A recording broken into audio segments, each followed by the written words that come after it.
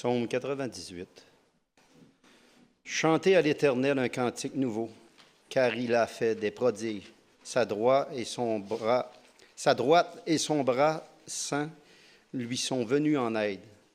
L'Éternel a manifesté son salut. Il a révélé sa justice aux yeux des nations. Il s'est souvenu de sa bonté et de sa fidélité envers la maison d'Israël. Toutes les extrémités de la terre ont vu le salut de notre Dieu. Poussez vers l'Éternel des cris de joie, vous tous, habitants de la terre. Faites éclater votre allégresse et chantez. Chantez à l'Éternel avec la harpe chantez des cantiques. Avec les trompettes et au son du cor, poussez des cris de joie devant l'Éternel, devant le Roi éternel. Que la mer retentisse avec tout ce qu'elle contient, que le monde et ceux qui l'habitent éclatent d'allégresse, que les fleuves battent des mains, que toutes les montagnes poussent des cris de joie devant l'Éternel, car il vient pour juger la terre, il jugera le monde avec justice et les peuples avec équité. Que la parole de l'Éternel soit bénie. Alors on va chanter maintenant, on va s'asseoir pour chanter.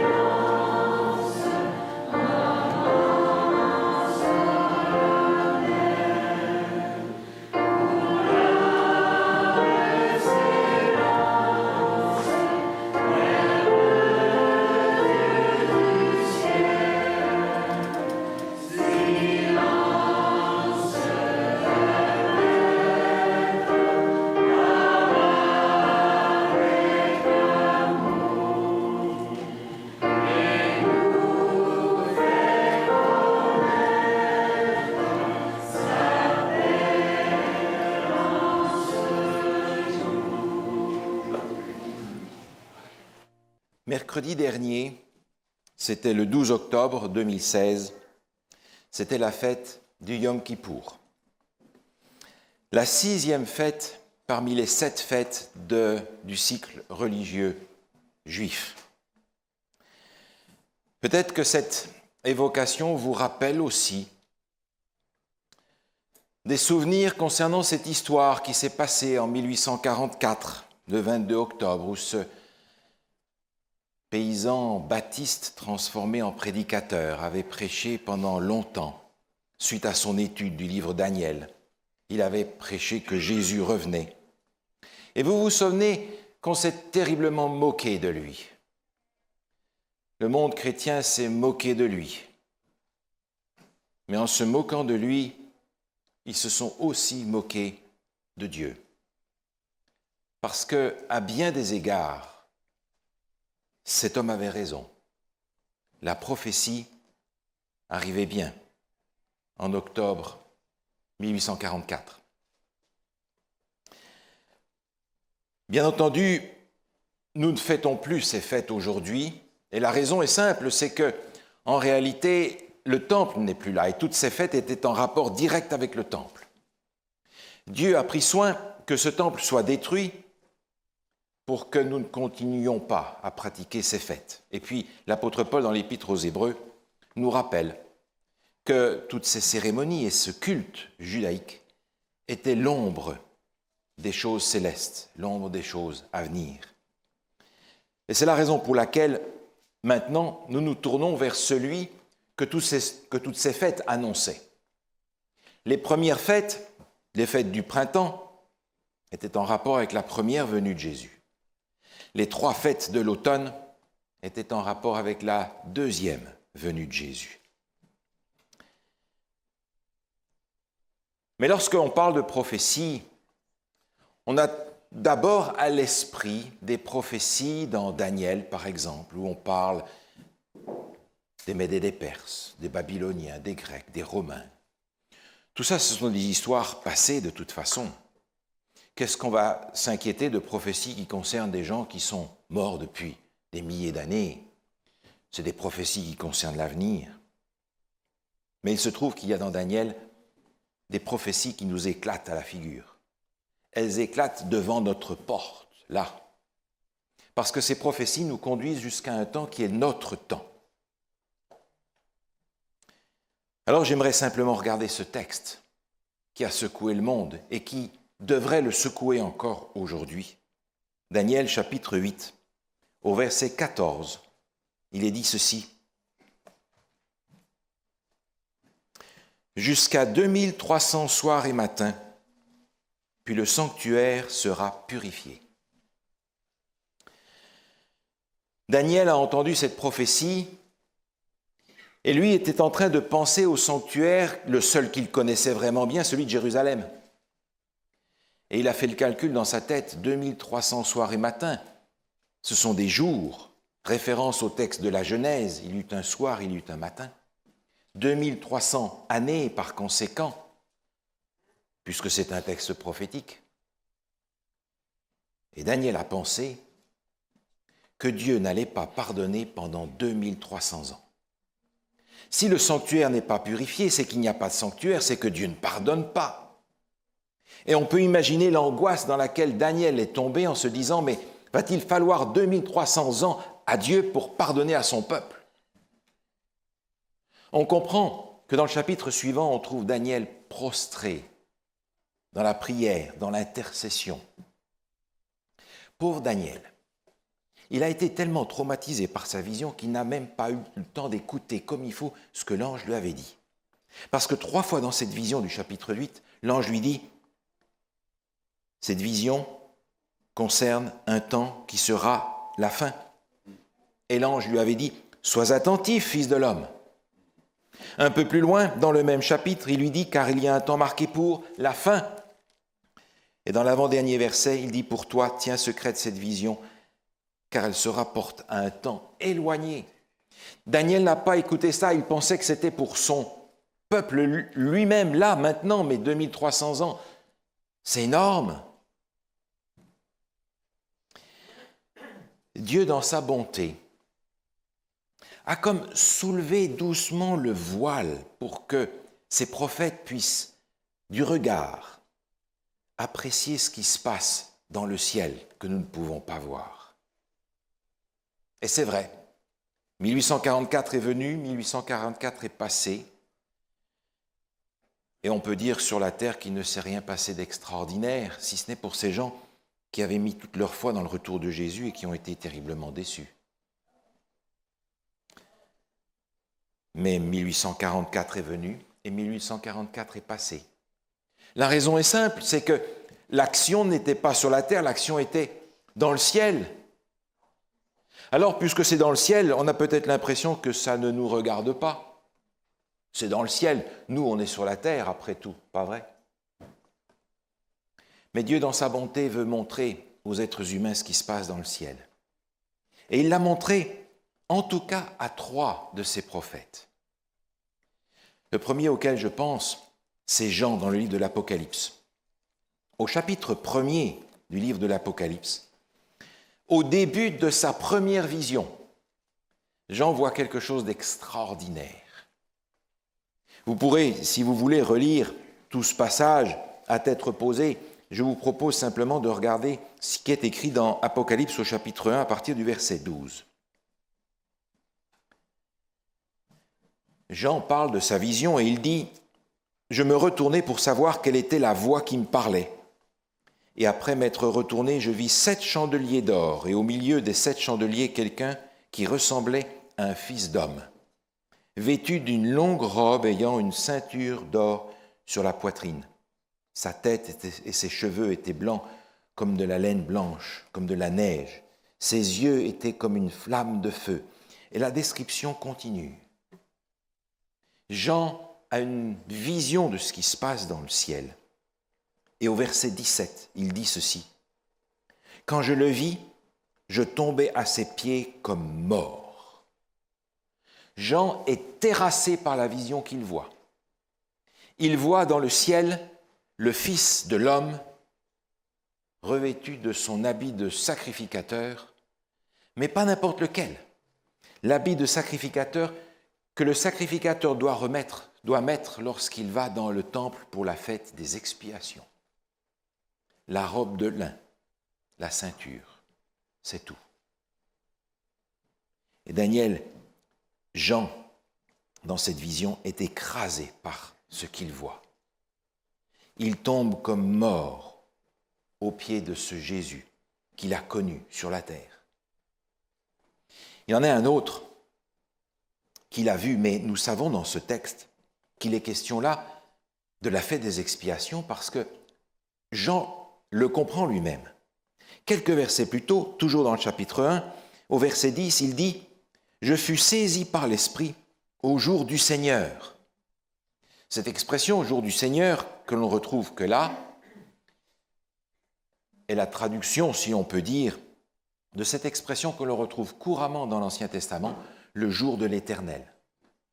Et je vous propose de revenir dans l'Ancien Testament, dans le livre du prophète Joël, où nous retrouvons ce jour de l'Éternel. Au chapitre 2, Joël, chapitre 2, par exemple. Dès le verset 1er, il est écrit ceci.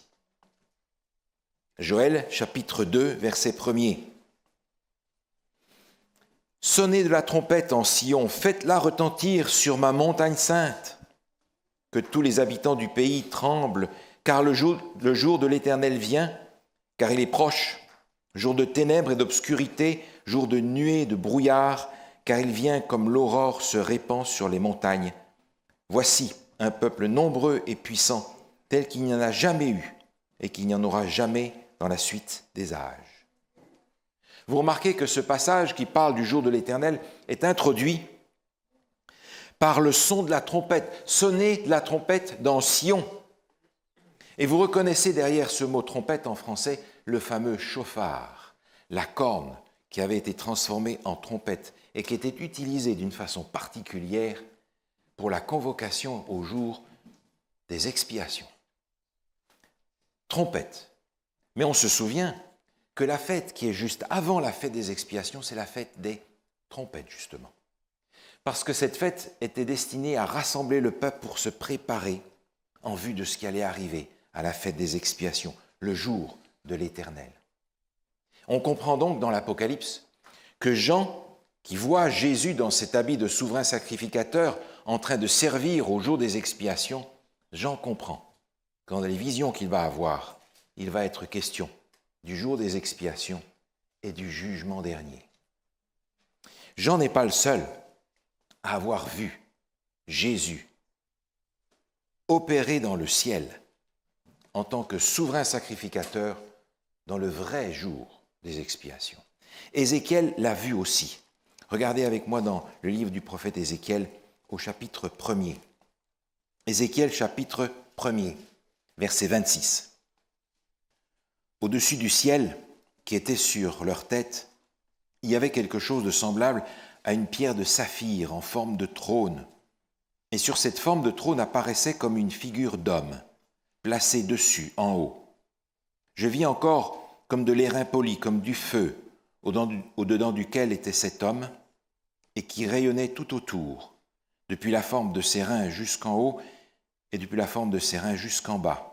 Je vis comme du feu et comme une lumière éclatante dont il était environné. Tel l'aspect de l'arc qui est dans la nuit en un jour de pluie. Ainsi était l'aspect de cette lumière éclatante qui l'entourait. C'était une image de la gloire de l'Éternel. À cette vue, je tombai sur ma face et j'entendis la voix de quelqu'un qui parlait.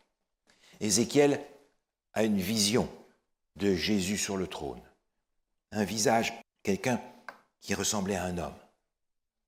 Et il le voit entouré de cette gloire, de la gloire de l'Éternel.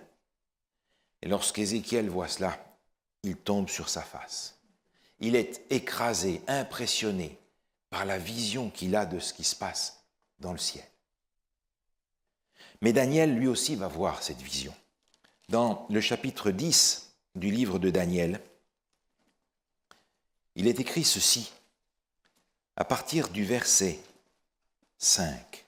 Daniel rapporte ce qu'il voit et il dit « Je levai les yeux, je regardai, et voici, il y avait un homme vêtu de lin, ayant sur les reins une ceinture d'or, du phase. Son corps était comme de chrysolite, son visage brillait comme l'éclair, ses yeux étaient comme des flammes de feu, ses bras et ses pieds ressemblaient à de l'airain poli, et le son de sa voix était comme le bruit d'une multitude. » Et au verset 17, il dit « Je restai seul, et je vis cette grande vision. Les forces me manquèrent, mon visage changea de couleur et fut décomposé, et je perdis toute vigueur. » Daniel, devant cette vision de Jésus dans le ciel, est écrasé. Il est renversé par ce qu'il voit. Et il voit Jésus dans sa robe de lin, sa ceinture d'or, qui remplit la fonction du souverain sacrificateur lors du jour des expiations, le jour de Yom Kippourim. Mais Daniel voit cette vision en réponse à une prière qu'il a adressée. Et nous l'apprenons par le début du chapitre 10. Il est dit au verset 2, « En ce temps-là, moi, Daniel, je fus 3 semaines dans le deuil. Je ne mangeai aucun mets délicat. Il n'entra ni viande ni vin dans ma bouche, et je ne moignis point jusqu'à ce que les 3 semaines soient accomplies. » Daniel, qui vit maintenant un événement tout à fait particulier dans sa vie, est inquiet. Il a vu partir les premiers Juifs qui ont eu la permission de rentrer. Ils sont partis dans la joie pour reconstruire Jérusalem, pour reconstruire le temple. Ils ont vécu cette libération selon la promesse que Dieu avait faite par le prophète Jérémie après 70 ans. Et Daniel les a vus partir. Il était probablement trop âgé pour partir avec eux et supporter le voyage. Et il s'est réjoui avec eux de ce que, enfin, la promesse s'est réalisée et le peuple retourne dans la terre promise. Vous entendez, ils partent pour construire la nouvelle Jérusalem. Mais très rapidement, les ennemis du peuple de Dieu sur place ont fait tout ce qu'ils ont pu pour empêcher que le temple soit reconstruit. Ils ont fait des menaces. Ils ont écrit des lettres. Ils ont fait du chantage. Ils ont même payé des gens pour travailler pour eux, pour empêcher que ce temple soit reconstruit. Et Daniel a appris cela. Et Daniel est inquiet parce qu'il se dit, si le temple n'est pas reconstruit, le service ne pourra pas reprendre. Dieu va-t-il pardonner? Pour lui, c'est essentiel que dans le temple à Jérusalem, le service du temple reprenne. C'est dans la direction de ce temple qu'il s'est prosterné tous les jours, 3 fois, alors qu'il priait son Dieu avec persévérance. Alors maintenant, Daniel, comme au chapitre 9, est en prière.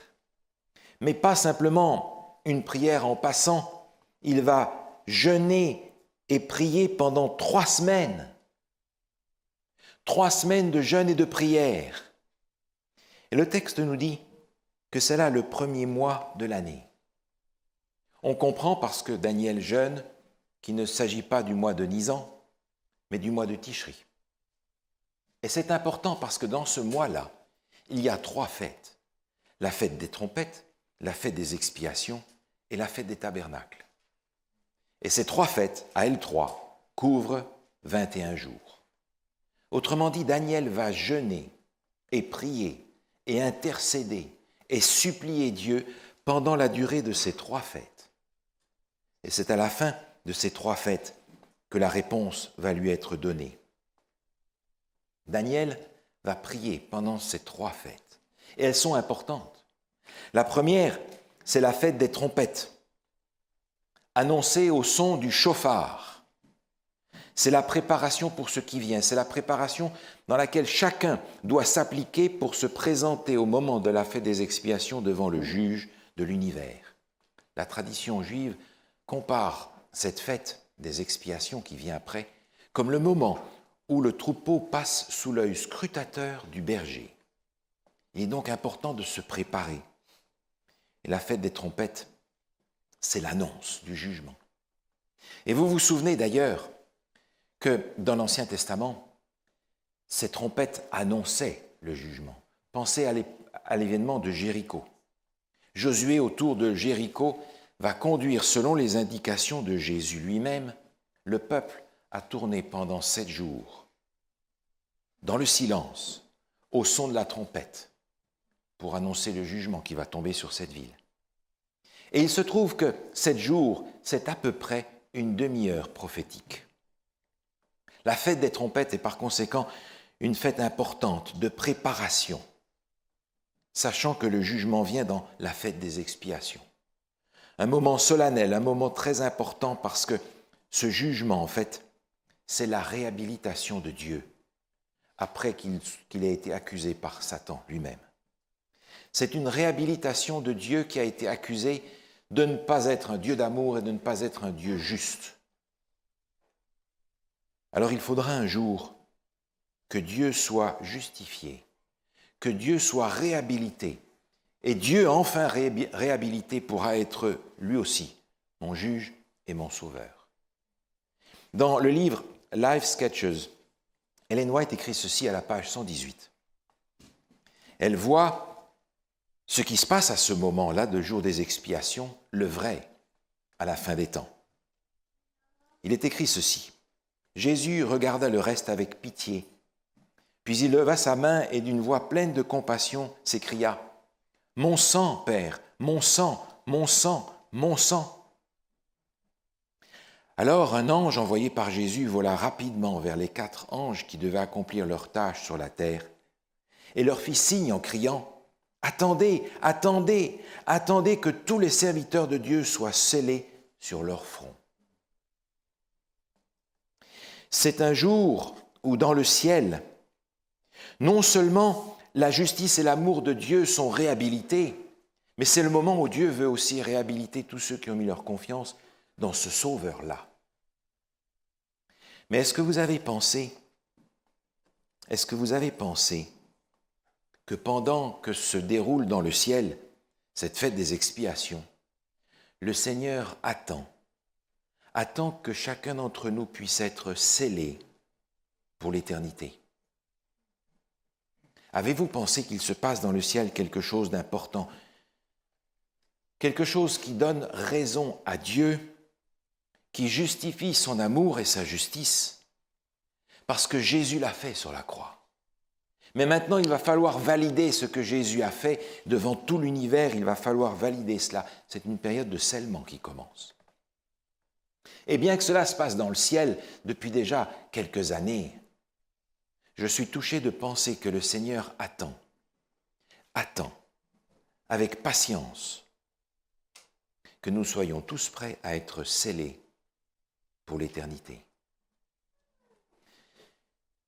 Ensuite vient la fête des tabernacles, la 3e fête pendant laquelle Daniel a jeûné. C'est une fête extraordinaire qui fait référence à ce moment où le peuple sort du désert et rentre enfin dans la terre promise. C'est l'espérance de la terre promise qui tourne nos yeux vers la véritable terre promise qui est le royaume des cieux, c'est-à-dire le moment où Jésus revient. La fête des tabernacles, la dernière, qui tourne nos regards vers le moment où Jésus revient. Pendant ces 3 fêtes, Daniel va jeûner. C'est comme si Daniel avait prié pour ces événements qui représentent les événements de la fin. C'est comme si Daniel avait prié pour nous, dans le temps que nous vivons. La fête des trompettes, nous comprenons qu'elle s'est réalisée dans ce que nous appelons le grand réveil. Ce moment où dans le monde entier, des prédicateurs ont surgi de tous les côtés pour annoncer la fin des temps, pour annoncer que les prophéties allaient se réaliser, que Jésus allait revenir. Un réveil important dans le monde. pour annoncer qu'en 1844, dans le ciel, il allait se passer quelque chose d'important pour tout l'univers. La justification de Dieu et la justification de ceux qui ont accepté Jésus comme leur sauveur. Mais alors, si Daniel a prié avec tant d'intensité pour ces choses dans son temps, je me demande si nous ne devrions pas nous aussi prier avec tout autant d'intensité pour que le Seigneur n'empêche pas que nous, dans l'Église, soyons capables de poser les fondements de ce qui sera la Nouvelle Jérusalem, c'est-à-dire le peuple de Dieu à la fin. Parce que les fondements de cette Nouvelle Jérusalem, c'est ici qu'ils commencent, c'est ici qu'ils sont posés. Et dessus, le Seigneur va construire en y ajoutant tous ceux qui ne sont pas encore dans sa bergerie. Mais nous sommes invités aujourd'hui à ne pas arrêter ce travail qui va se poursuivre encore pendant longtemps, jusqu'à ce que tous ceux qui acceptent Jésus comme leur sauveur soient dans la bergerie. Nous sommes ceux qui devons poser ces fondements-là aujourd'hui. Et que personne et que rien n'empêche cette œuvre de s'accomplir. Ne devrions-nous pas prier avec l'intensité de Daniel pour que cette œuvre s'accomplisse, alors que celle-ci touche véritablement l'univers entier et la fin des temps? Mais je suis quand même étonné de voir ce que Dieu dit à Daniel. Au chapitre 12 du livre de Daniel, il est dit au verset 8, ce qui est déjà dit dans les versets précédents, Daniel chapitre 12, verset 8, il dit « J'entendis, mais je ne compris pas, et je dis, mon Seigneur, quelle sera l'issue de ces choses ?» Il répondit, « Va, Daniel, car ces paroles seront tenues secrètes et scellées jusqu'au temps de la fin. » Mais alors, si c'est si important, pourquoi est-ce que ça doit être scellé? D'ailleurs, on comprend que ces paroles ont été décellées, parce que dans le livre de l'Apocalypse, au chapitre 10, nous retrouvons là le petit livre. Apocalypse chapitre 10, vous vous souvenez que Jean est invité à manger ce petit livre. Et ce petit livre, il n'est pas fermé, il est ouvert. Regardez par exemple dans Apocalypse chapitre 10, au verset 6, ce qui est écrit. Et celui qui est debout sur la terre et sur la mer jura par celui qui vit au siècle des siècles, qui a créé le ciel et ce qui s'y trouve, la terre et ce qui s'y trouve, la mer et ce qui s'y trouve, qu'il n'y aura plus de temps. Mais jusqu'au jour de la voix du septième ange, quand il sonnera de la trompette, le mystère de Dieu s'accomplirait, comme il l'a annoncé à ses serviteurs, les prophètes. Ah, il y a un moment où ce mystère de Dieu doit s'accomplir, où ce livre est ouvert, où ce livre, il est proposé à Daniel pour qu'il le mange. Et vous vous souvenez que ce livre, il est doux dans sa bouche, mais amer dans ses entrailles. C'est l'expérience de tous ceux qui ont découvert la vérité de ce livre, qui ont compris partiellement ce qu'il disait et qui attendaient Jésus en 1844. Quelle douceur de savoir que Jésus revenait, mais quelle déception amère de ne pas l'avoir vu revenir au moment où il l'attendait. Seulement, je comprends que finalement, ce que Dieu a scellé pour la fin n'est pas le livre de Daniel tout entier. Écoutez par exemple ce que Ellen White écrit dans Tragédie des siècles à la page 386. Les prophéties nous présentent une succession d'événements qui aboutissent à l'inauguration du jugement. C'est surtout le cas du livre de Daniel, mais ce prophète reçoit l'ordre de tenir close et sceller jusqu'au temps de la fin la partie de sa prophétie relative au dernier jour. C'est à cette époque-là seulement que l'on pourra proclamer un message se rapportant au jour du jugement basé sur l'accomplissement de la prophétie. Parce qu'en fait, quand j'y pense, beaucoup de gens ont compris le livre de Daniel, en tout cas dans sa première partie, jusqu'au chapitre 7. Déjà au IIIe siècle, saint Hippolyte avait déjà compris la réalisation de la prophétie comme nous l'expliquons aujourd'hui. Et bien d'autres gens, au travers des siècles, avaient compris ces chapitres aussi. Ils n'étaient pas fermés, ils n'étaient pas scellés, ils étaient compréhensibles. Mais il y avait une partie qui n'était pas compréhensible. Une partie qui a été gardée secrète pour le moment de la fin. Cette partie qui concerne les derniers temps et le jugement dans le ciel. C'est la raison pour laquelle certaines personnes se sont levées après cette grande déception pour mettre en évidence le fait que s'il y a une erreur quelque part, ce n'est pas Dieu qui se trompe, mais c'est nous. Et mettre en évidence ce qui aujourd'hui parle au monde et doit parler, c'est ce qui se passe dans le sanctuaire céleste. Alors je comprends, et je comprends maintenant pourquoi il y a dans le monde cet engouement pour reconstruire un troisième temple à Jérusalem. Parce que plus on va s'occuper de reconstruire un troisième temple au milieu d'un tumulte politique, moins on va s'occuper de ce qui se passe là où véritablement l'action a lieu maintenant en préparation pour la fin, c'est-à-dire dans le sanctuaire céleste. Alors que tout le monde s'occupe de reconstruire les objets du temple, personne ne s'occupe de ce qui se passe dans le sanctuaire céleste. Seulement, même si nous ne voyons pas de nos yeux ce qui se passe dans le sanctuaire céleste, comme ça a été montré à Daniel, à Ézéchiel, à Jean, ce qui s'y passe est néanmoins d'une importance capitale pour nous, parce que c'est la dernière borne avant que Jésus revienne. Dans Tragédie des siècles, à la page 532, je lis ce paragraphe qui fait le lien avec nous aujourd'hui. Nous vivons à l'époque du grand jour des expiations. Dans le culte mosaïque, pendant que le souverain sacrificateur faisait l'expiation pour Israël, chacun devait se repentir de ses péchés et s'humilier devant le Seigneur sous peine d'être retranché de son peuple. Maintenant, de même, pendant les quelques jours de grâce qui restent encore, tous ceux qui veulent que leur nom soit maintenu dans le livre de vie doivent affliger leur âme devant Dieu, ressentir une véritable douleur de leurs péchés et faire preuve d'une sincère conversion. Un sérieux retour sur soi-même est nécessaire. Il faut, chez un bon nombre de ceux qui se disent disciples du Christ, que la légèreté et la frivolité disparaissent.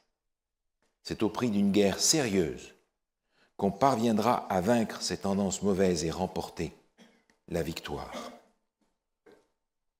Pendant que le Seigneur dans le ciel fait la purification du sanctuaire céleste, il voudrait aussi en même temps que la purification du temple que nous sommes se fasse à sa gloire. Il est donc extrêmement important aujourd'hui de pouvoir compter sur celui qui dans le ciel maintenant est en train de valider son sacrifice en montrant à l'univers entier que Jésus et que Dieu est amour et justice. C'est important. C'est important que Jésus puisse fermer la bouche une fois pour toutes au diable.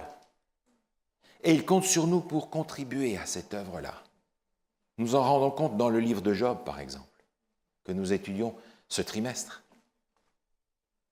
Mais alors aujourd'hui, il est vrai que nous sommes préoccupés par les signes des temps que nous voyons dans le monde. Et ils sont nombreux. On se demande qui va monter sur le trône des plus grandes puissances de ce monde. Et on s'inquiète en voyant les gens qui sont candidats. On se demande ce qui va se passer à Rome. Et quand on voit tout d'un coup se rassembler autour de ce pouvoir politico-religieux tous ceux qui sont les enfants de ceux qui ont donné leur vie pour annoncer la parole de Dieu et non la tradition humaine, on se demande ce qui se passe. On regarde dans le monde se développer les signes des temps dont Jésus a parlé dans Matthieu 24. Il n'y a pas besoin d'être chrétien pour les voir. Un athée, il peut lui-même se rendre compte que le monde va droit dans le mur. Mais même au-delà des signes des temps que nous voyons, je crois qu'il est nécessaire de regarder les signes des temps qui se passent dans le ciel. Parce qu'il y a des signes des temps dans le ciel.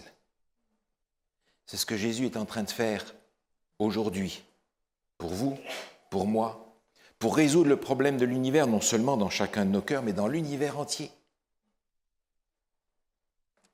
C'est donc important, et je me dis, Si jamais le Seigneur nous donnait la grâce de pouvoir voir en soulevant le voile comme il l'a fait pour Ézéchiel, pour Daniel et pour Jean, si le Seigneur nous donnait la grâce de pouvoir voir ce qui se passe dans le ciel maintenant, je crois que nous aussi, on tomberait par terre comme morts, écrasés, terrorisés par la splendeur et la gloire de ce qui s'y passe, impressionnés par le ministère de Jésus, qui se prolonge depuis la croix pour sauver son peuple, pour sauver l'univers. Si le Seigneur nous donnait la grâce de voir ça, j'ai l'impression que ça changerait beaucoup de choses dans nos vies, que beaucoup de choses qui sont minimes deviendraient importantes à nos yeux maintenant, et que beaucoup de choses importantes à nos yeux maintenant disparaîtraient dans l'insignifiance au regard de ce qui se passe maintenant dans le ciel. Et ce qui se passe dans le ciel, c'est pour vous et pour moi. Oh, on s'est moqué de William Miller, on s'est moqué de lui, et on se moque encore de lui aujourd'hui. Et on se moque encore aujourd'hui de Dieu. Mais on s'est moqué de tous ceux. On s'est moqué de tous ceux qui ont parlé de Jésus. On s'est moqué de tous ceux qui ont parlé de la croix. On s'est moqué de tous ceux qui ont parlé du jugement. Parce que jugement, on ne veut pas en entendre parler.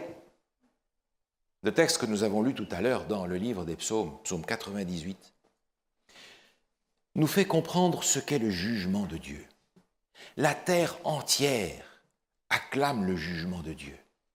La mer tape des mains, les arbres se réjouissent, la création entière chante d'allégresse, parce que Dieu vient pour juger la terre.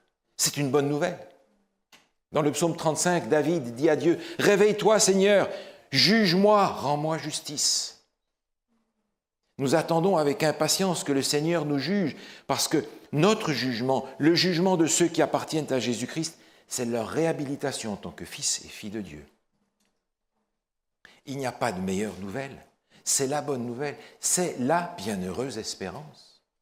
C'est que le Seigneur mette fin à tout ce mal qui nous envahit dans le monde et qui envahit nos vies et qui envahit nos familles et qui envahit l'Église, s'il vous plaît. C'est la bonne nouvelle qu'il y mette fin, à commencer par nos vies. Tout le monde s'est moqué de ceux qui parlaient de la croix, du jugement. Vous vous souvenez un jour, l'apôtre Paul était à Athènes. Il a voulu expliquer ces choses aux gens les plus intelligents de l'époque. Et quand il est arrivé à parler de la croix et du jugement, ils ont tous éclaté de rire. Ils ont trouvé ça très drôle. Peut-être qu'aujourd'hui, il en est encore qui trouvent ça très drôle, que l'on parle du jugement et de la bonne nouvelle du jugement.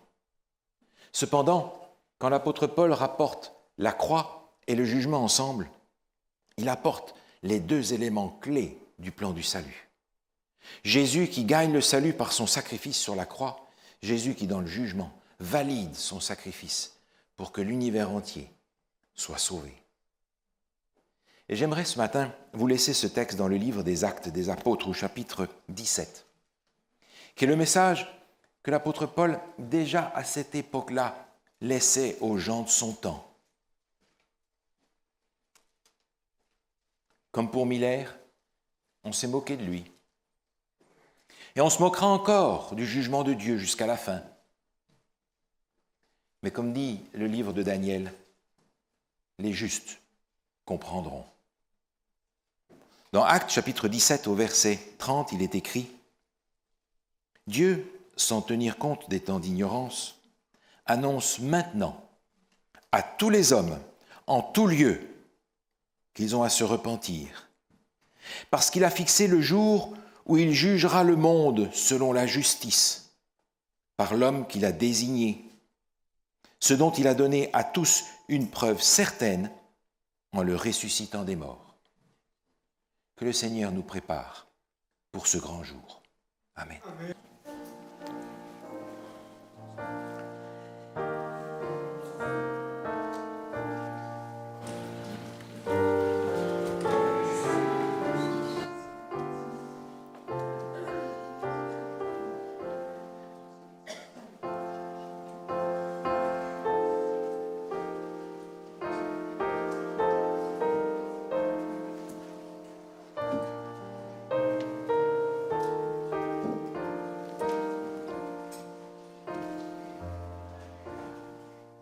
terminant, on va chanter « Écoutez le chant joyeux ». On peut se mettre debout pour chanter.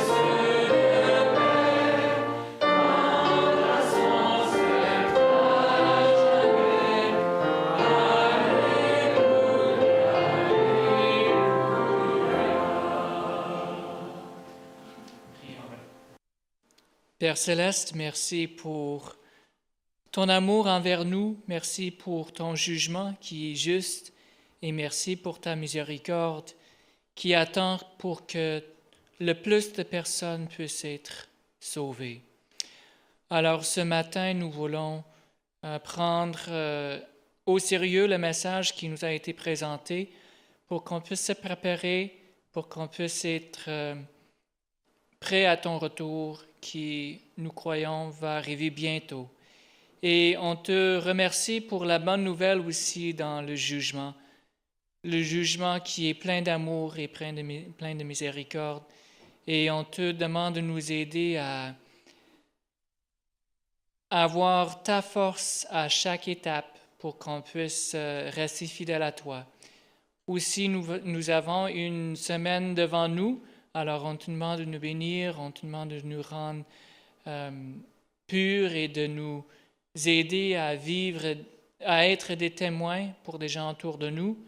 Et on te remercie du privilège de vivre dans cette époque de l'histoire de l'humanité où on va bientôt te voir face à face. Au nom de Jésus. Amen.